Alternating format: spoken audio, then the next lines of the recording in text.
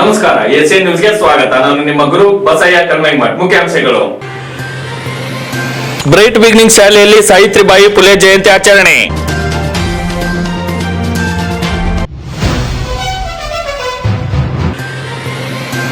ಪ್ರಿಯಾಂಕಾ ಖರ್ಗೆ ದೇಶದ್ರೋಹಿ, ಮಲ್ಲಿಕಾರ್ಜುನ್ ಖರ್ಗೆ ಬಗ್ಗೆ ಗೌರವವಿದೆ, ಕೆಎಸ್ ಈಶ್ವರಪ್ಪ.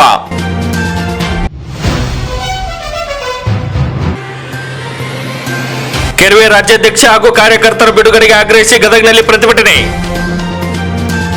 ವಾರ್ತೆಗಳ ವಿವರ. ಗಜೇಂದ್ರಗಡದ ಹಿರೇಮನಿ ಆಯಿಲ್ ಮಿಲ್ ಹತ್ತಿರದ ಬ್ರೈಟ್ ಬಿಗಿನಿಂಗ್ ಶಾಲೆಯಲ್ಲಿ ಸಾವಿತ್ರಿಬಾಯಿ ಫುಲೆ ಜಯಂತಿ ಆಚರಣೆ ಮಾಡಲಾಯಿತು. ಅಕ್ಷರದ ಅವ್ವ ಶೈಕ್ಷಣಿಕ ರಂಗದಲ್ಲಿ ಹೊಸ ಚರಿತ್ರೆ ಬರೆದ ಸಾವಿತ್ರಿ ಫುಲೆಬಾಯಿ ಅವರ ಜಯಂತಿಯನ್ನು ನಗರದ ಬ್ರೈಟ್ ಬಿಗಿನಿಂಗ್ ಶಾಲೆಯಲ್ಲಿ ಆಚರಣೆ ಮಾಡಲಾಯಿತು. ಇನ್ನು ಇದೇ ಸಂದರ್ಭದಲ್ಲಿ ಮುಖ್ಯ ಶಿಕ್ಷಕಿ ನಾಜಿಯಾ ಮುದ್ಗಲ್, ಅನುಷಾ ತಳ್ವಾರ್, ರೂಪಾ ಗೊಂದಳೆ, ಸಾವಿತ್ರಿ ಹಾವೇರಿ, ಶೋಭಾ ಕೆಂಗಾರ್, ಪೃಥ್ವಿ ಗೊಂದಳೆ ಸೇರಿದಂತೆ ಅನೇಕರು ಇದ್ದರು.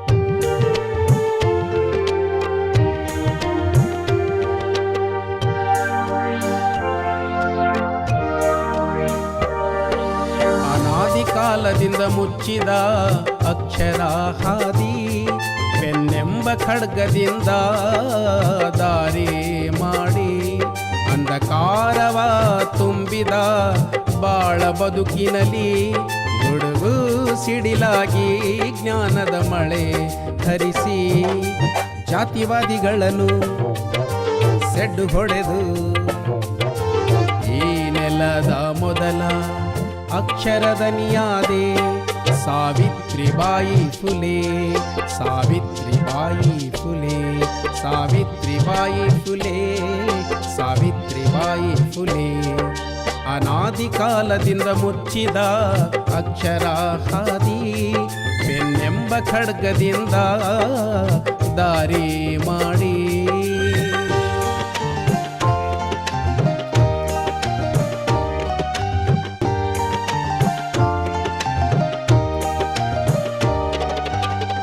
ಕೀಳೆಂಬ ಆ ದಿನಗಳಲ್ಲಿ ಹೆಣ್ಣನ್ನು ಕಡೆಗಾಣಿಸಿದ ಪುರೋಹಿತ ಶಾಹಿಗಳ ಸಾಮ್ರಾಜ್ಯದಲ್ಲಿ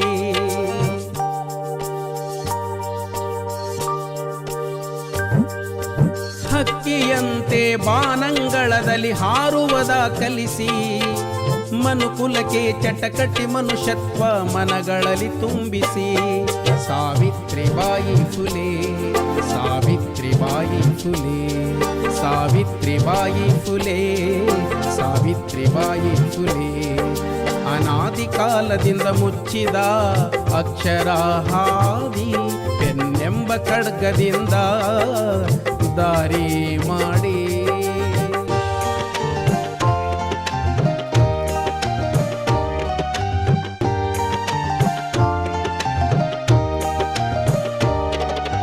ಜೀವನದಲ್ಲಿ ಸೋತು ಬಿದ್ದವರ ಕೈಗಿಡಿದೆಬ್ಬಿಸಿದೆ, ಮನದ ನೋವಿಗೆ ಧೈರ್ಯವ ನೀಡಿ ಕಣ್ಣೀರ ಬರಸಿದೆ.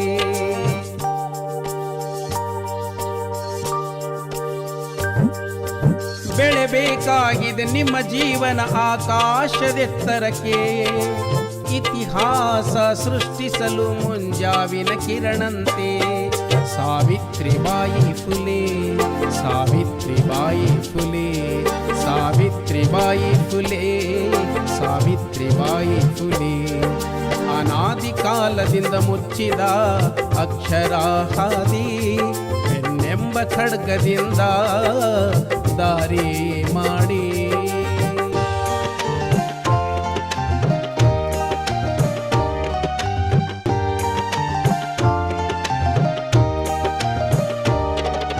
ಭವಿಷ್ಯವು ಬದಲಾಗಲು ಹೇಳಿದೆ ಪುಸ್ತಕ ಮಾರ್ಗವೆಂದು, ಸಾವಿತ್ರಿಬಾಯಿ ಫುಲೆ ಮಹಾತಾಯಿಯ ಸಮಾಜ ಮರೆಬಾರದು.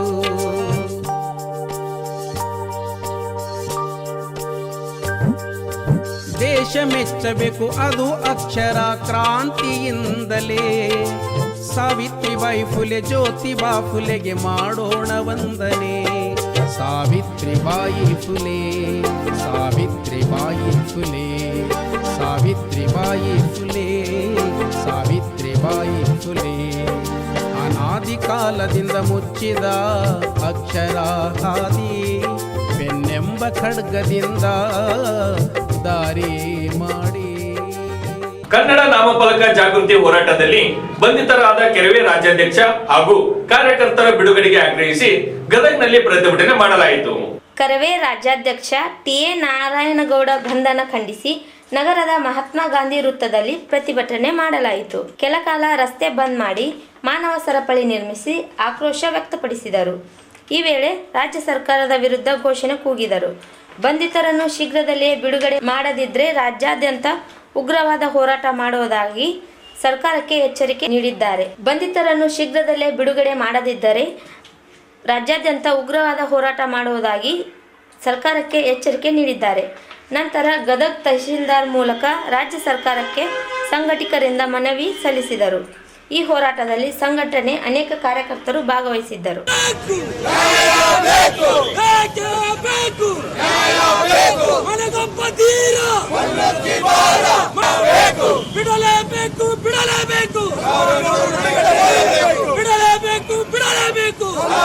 ಕರ್ನಾಟಕ ರಕ್ಷಣಾ ವೇದಿಕೆ ಹೋರಾಟಕ್ಕೆ ಅಯ್ಯಯ್ಯೋ ಅಯ್ಯಯ್ಯೋ ಏನಿದು ರಾಜ್ಯ ಏನೇ ಕಾನೂನು ಸರ್ಕಾರಂತೆ ಸರ್ಕಾರ ಬೇಕೇ ಬೇಕು ಬೇಕೇ ಬೇಕು ಈ ಕೂಡಲೇ ನಮ್ಮ ರಾಜ್ಯಾಧ್ಯಕ್ಷರ ಬಿಡುಗಡೆ ರಾಜ್ಯ ಸರ್ಕಾರಕ್ಕೆ ಅಧಿಕಾರ ಇಂಗ್ಲಿಷ್ ಗುಲಾಮಗಿರಿ ಮಾಡ್ತಕ್ಕಂಥ ರಾಜ್ಯ ಸರ್ಕಾರಕ್ಕೆ ಅಧಿಕಾರ ಇಂಗ್ಲಿಷ್ ಗುಲಾಮಗಿರಿ ಆಗಿರ್ತಕ್ಕಂಥ ಸರ್ಕಾರ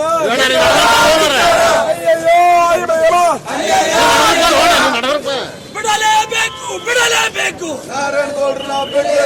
ಬಿಟ್ಟರೆ ಹೇಳಿ ಶಾಂತಿ ಕರ್ನಾಟಕ ರಕ್ಷಣಾ ವೇದಿಕೆಗೆ ಕರ್ನಾಟಕ ರಕ್ಷಣಾ ವೇದಿಕೆಗೆ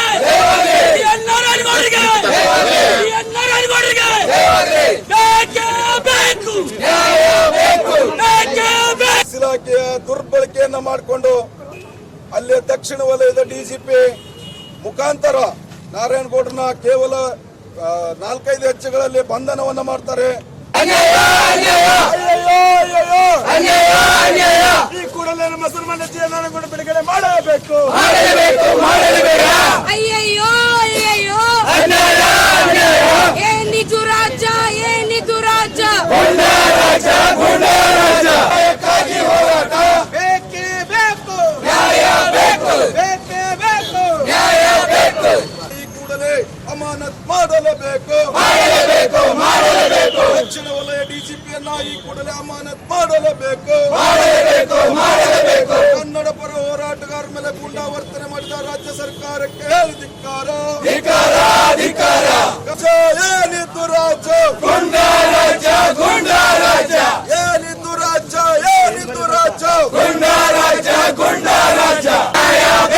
ಬೆಂಗಳೂರಿನ ದಕ್ಷಿಣ ವಲಯ ಡಿಜಿಪಿಯನ್ನ ಈ ಕೂಡಲೇ ಅಮಾನತ್ ಮಾಡಲೇಬೇಕು. ನಾರಾಯಣಗೌಡರ ಮೇಲೆ ದಬ್ಬಾಳಿಕೆ ಮಾಡಿದ ಬೆಂಗಳೂರಿನ ಪೊಲೀಸ್ ಡಿಜಿಪಿ ಈ ಕೂಡಲೇ ಅಮಾನತ್ ಅಲ್ಲ ಯಾರು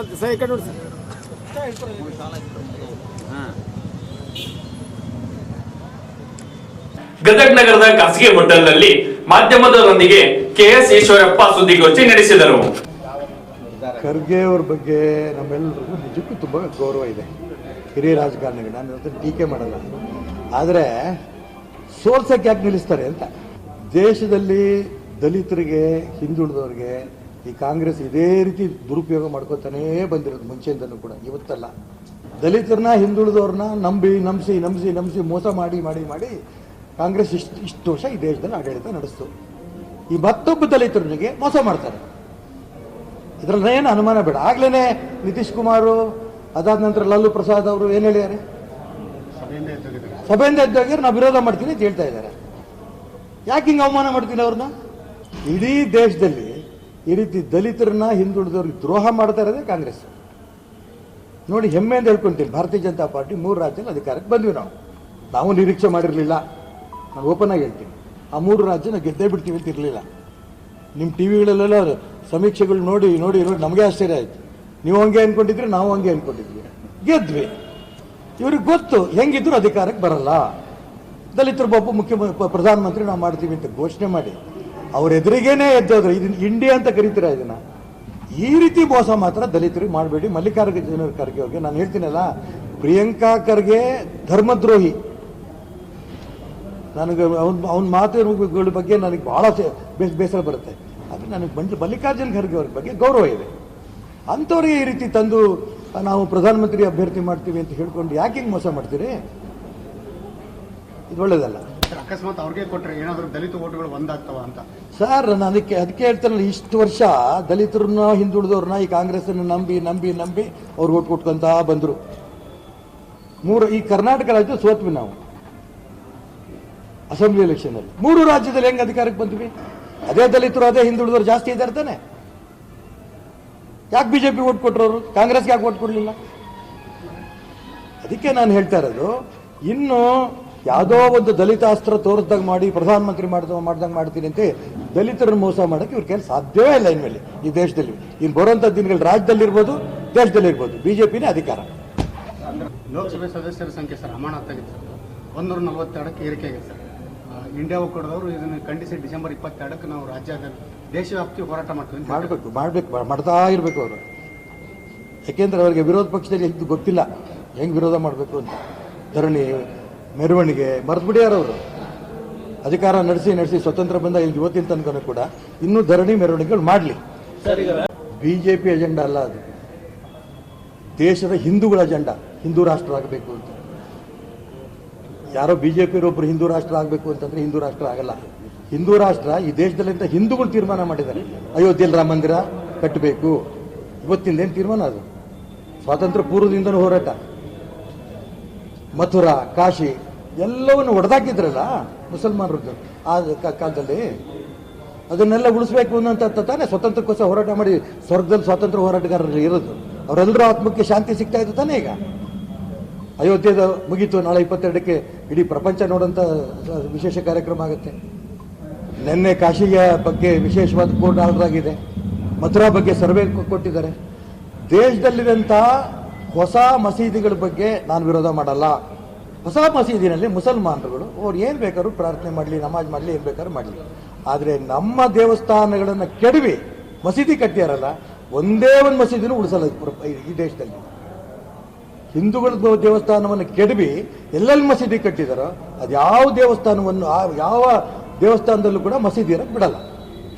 ಇದು ನನ್ನ ವೈಯಕ್ತಿಕ ಅಭಿಪ್ರಾಯ. ಪುರಾತನ ದೇವಸ್ಥಾನಗಳು ಎಲ್ಲವನ್ನೂ ಉಳಿಸ್ತೀವಿ, ಎರಡಕ್ಕೂ ವ್ಯತ್ಯಾಸ ಇದೆ. ಹಾ, ಹೊಸ ದೇವಸ್ಥಾನಕ್ಕೆ, ಹೊಸ ಮಸೀದಿಗಳಿಗೆ ನೀವು ಎಷ್ಟಾರು ಮಾಡ್ಕೊಳ್ಳಿ, ನಮ್ದು ಅಭ್ಯಂತರ ಇಲ್ಲ. ಹಿಂಗಂದ ತಕ್ಷಣ ಅವರು ಕಾಂಗ್ರೆಸ್ ಅನ್ನು ಹೇಳ್ತಾರೆ, ನೋಡಿ ನಿಮ್ದೇ ಮಾತು ಹೇಳಕ್ ಹೋಗ್ತಾರೆ ಅವರು. ನೋಡಿ ಬಿಜೆಪಿಯವರು ಮಸೀದಿ ತೆಗೆದಾಕ್ತಾರಂತೆ ಅಂತ. ಮಸೀದಿ ತೆಗೆಯಲ್ಲ. ಯಾವುದು ದೇವಸ್ಥಾನ ಇತ್ತೋ ಆ ದೇವಸ್ಥಾನ ಉಳಿಸ್ಕೋತೀವಿ. ಹೊಸ ಮಸೀದಿಗಳು ಕಟ್ಕೊಂಡು ನಮಾಜ್ ಮಾಡ್ಕೊಂಡ್ರೆ ತುಂಬಾ ಸಂತೋಷ, ಅವ್ರಿಗೆ ಎಂಕರೇಜ್ ಮಾಡ್ತೀವಿ. ಅವರು ನಮ್ಮ ಅಣ್ಣ ತಮ್ಮಂದ್ರೆ ಮುಸಲ್ಮಾನರು ಕೂಡ. ಆದರೆ ಅವ್ರಿಗೆ ನೆನಪಿರ್ಬೇಕು, ಹಿಂದೂ ದೇವಸ್ಥಾನಗಳನ್ನ ನಿಮ್ಮ ಪೂರ್ವಜರು, ನಿಮಗೂ ಅವ್ರಿಗೂ ಸಂಬಂಧ ಇಲ್ದಿದ್ದವರು, ವಿದೇಶದಿಂದ ಬಂದಿರೋಂಥ ಮುಸಲ್ಮಾನರು ಈ ದೇಶದಲ್ಲಿಂತ ನಮ್ಮ ಶ್ರದ್ಧಾ ಕೇಂದ್ರಗಳನ್ನ ಒಡೆದು ಪುಡಿ ಪುಡಿ ಮಾಡಿದ್ದಾರೆ. ನಾವು ಬಿಜೆಪಿಯವರು ಸ್ವತಂತ್ರಕ್ಕೋಸ್ಕರ ಹೋರಾಟ ಮಾಡಿದ್ರು, ರಕ್ತದ ಹಚ್ಚಿಕೊಂಡಿರೋರು ನಾವು. ಟಿಪ್ಪು ರಕ್ತ ನಮ್ಮ ಮೈಯಲ್ಲಿಲ್ಲ, ನಮ್ಮಲ್ಲಿರೋದು ಸ್ವಾತಂತ್ರ್ಯಕ್ಕೋಸ್ಕರ ಹೋರಾಟ ಮಾಡಿದ್ರಲ್ಲ ಆ ಸ್ವಾತಂತ್ರ್ಯ ಹೋರಾಟಗಾರರ ರಕ್ತ. ಅವ್ರ ಕನಸನ್ನು ನನಸು ಮಾಡೋದಿಕ್ಕಲ್ಲಿ ಅಯೋಧ್ಯ, ಮಥುರಾ, ಕಾಶಿ ಈ ಥರದ ವಿಶೇಷ ದೇವಸ್ಥಾನಗಳನ್ನ ನಾವು ಉಳಿಸ್ತೇವೆ. ಈಗಲೂ ನಾನು ಹೇಳ್ತೇನೆ, ನಾಳೆ ಬೆಳಿಗ್ಗೆನೇ ಹಿಂದೂ ರಾಷ್ಟ್ರ ಆಗುತ್ತೆ ಅನ್ನೋ ನಂಬಿಕೆ ಇಲ್ಲ. ಆದರೆ ಇದು ಹಿಂದೂ ರಾಷ್ಟ್ರವೇ, ಹಿಂದೂ ರಾಷ್ಟ್ರ ಹಾಗೇ ಆಗುತ್ತೆ, ಇದರಲ್ಲೇ ನನ್ನ ಮನ ಇಲ್ಲ. ಸಿಎಂ ಅವರ ಪರಿಹಾರಕ್ಕಾಗಿ ದೆಹಲಿಗೆ ಹೋಗಿ ಹೋಗಿ ಬಂದಿದ್ದಾರೆ. ಅವರೇ ಹೇಳಿದ್ದಾರೆ ಕೇಂದ್ರದಿಂದ ಹೆಚ್ಚಿನ ಹಣ ಅಂತ. ನಾನು ಕೇಂದ್ರದಿಂದ ಹೆಚ್ಚಿನ ಹಣ ಬರಬೇಕು, ಹೌದು. ನಮ್ಮ ಮನೆಯಲ್ಲಿ ಇವತ್ತು ಬರ ಬಂದಿರೋದು, ನೀವು ಮುಖ್ಯಮಂತ್ರಿ, ಎಷ್ಟು ಬರದ್ದು ಬರಪೀಡಿತ ಪ್ರದೇಶಕ್ಕೆ ಬೆಳೆ ಹಾನಿಗೆ ಎಷ್ಟು ದುಡ್ಡು ರಿಲೀಸ್ ಮಾಡಿದ್ದಾರೆ? ಒಂದೇ ₹1 ಕೊಟ್ಟಿಲ್ಲ. ರಾಜ್ಯ ಸರ್ಕಾರ ಒಂದೇ ₹1 ಬೆಳೆ ಪರಿಹಾರಕ್ಕೆ ಕೊಟ್ಟಿಲ್ಲ. ಇದು ಜವಾಬ್ದಾರಿ ಇಲ್ವಾ? ಕೇಂದ್ರದವರು ನಮಗೆ ಅದೇ ನಾನು ಕೇಂದ್ರದ ಮೇಲೆ ಪ್ರತಿಯೊಂದಕ್ಕೂ ಕೇಂದ್ರ ಕೈ ತೋರಿಸೋದು. ನೀನು ಮುಖ್ಯಮಂತ್ರಿ ಯಾಕಾದೆ ಹಾಗಾದ್ರೆ? ನಿಂಗೆ ಜವಾಬ್ದಾರಿ ಇಲ್ವಾ? ಅದಕ್ಕೆ ನಾನು ಹೇಳ್ತಿರ್ತೀವಿ, ನಾವು ₹100 ಕೊಡೋ ಕಡೆ ನಾವೊಂದು ₹20 ಕೊಟ್ಟಿದ್ದೀವಿ, ಉಳಿದಿದ್ದು ನೀವು ಕೊಡಿ. ಕೇಂದ್ರಕ್ಕೆ ಹೋಗಿ ಕೇಳಿದ್ರೆ ಹೌದಪ್ಪ 20 ಕೊಟ್ಟಿದ್ದಾರೆ ಅಂತ ನಾನೇ ಅನ್ಸ್ಕೊಂಡ್ ಬಂದಿದ್ದೀನಿ. ಎಷ್ಟಕ್ಕೆ ನಿಮ್ಮವ್ರು ಕೊಟ್ಟಿದ್ದಾರೆ ಅಂದ್ರೆ ₹1 ಕೊಟ್ಟಿಲ್ಲ. ಕೇಂದ್ರದಲ್ಲಿ ಯಾಕೆ ಕೊಟ್ಟಿದ್ದಾರೆ ಅವಾಗ?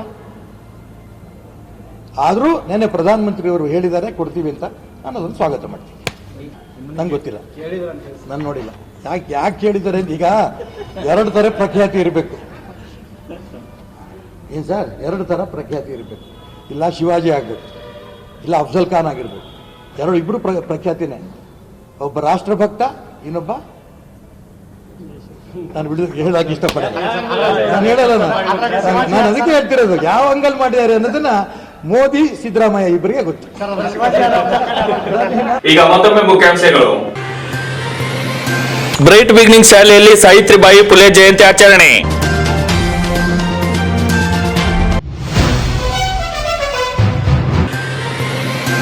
ಪ್ರಿಯಾಂಕಾ ಖರ್ಗೆ ದೇಶದ್ರೋಹಿ, ಮಲ್ಲಿಕಾರ್ಜುನ್ ಖರ್ಗೆ ಬಗ್ಗೆ ಗೌರವವಿದೆ, ಕೆಎಸ್ ಈಶ್ವರಪ್ಪ.